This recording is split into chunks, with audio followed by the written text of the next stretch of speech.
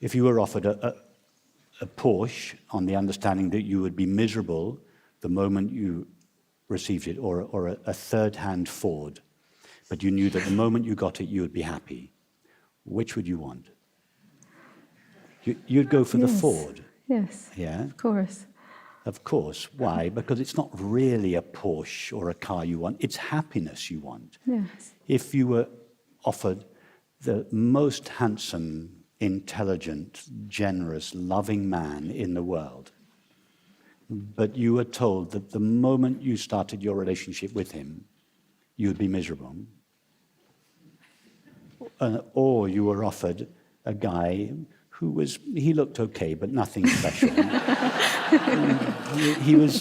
he was reasonably intelligent, but nothing great. He was unemployed and didn't have much money.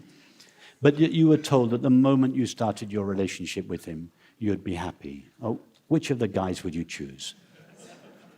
Yes, I would choose happiness. It's obvious, because it's not the guy you want.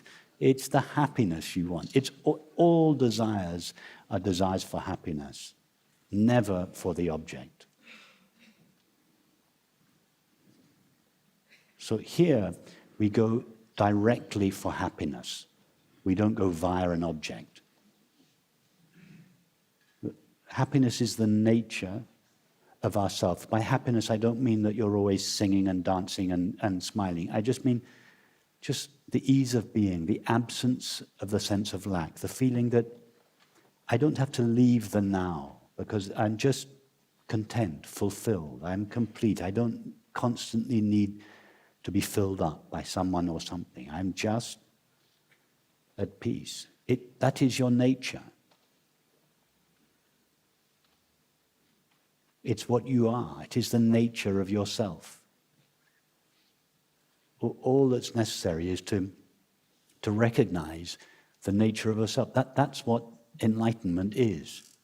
All the stories, the gurus, the mantras, the yogas, the names, the photos, the images, all of this is just religious paraphernalia. It has absolutely nothing to do with enlightenment. Nothing.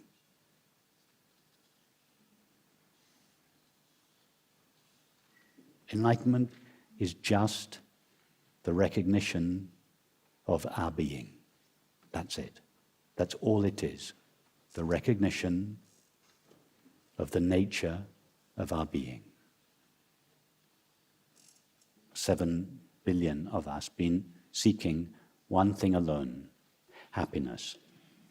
And we have all been encouraged by our culture to seek happiness in objects, substances, activities and relationships, and all of us have been failed numerous times by these objects and activities, and we've either understood or we've begun to understand, we've intuited that the happiness we long for simply cannot be delivered by a relationship or a person or a substance.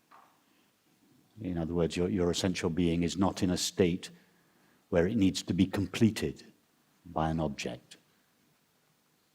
It is already complete prior to any particular experience. Well, what's the common name for that?